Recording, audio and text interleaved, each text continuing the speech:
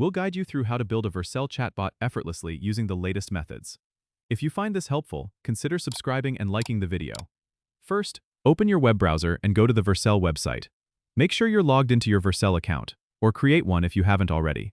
Once you're in, click on the New Project button on your dashboard. Now, you need to connect your GitHub account to Vercel. Follow the prompts to authorize Vercel's access to your repositories. After that, select the repository where your chatbot code is located, or create a new repository for this project. In the project settings, ensure you set up the environment variables needed for your bot's functionality. This might include API keys or configurations specific to your chatbot's platform. Next, choose a framework or technology that your chatbot is built with, like next.js or any node.js framework. Vercel supports a wide range of technologies, so make sure to select the one that matches your repository.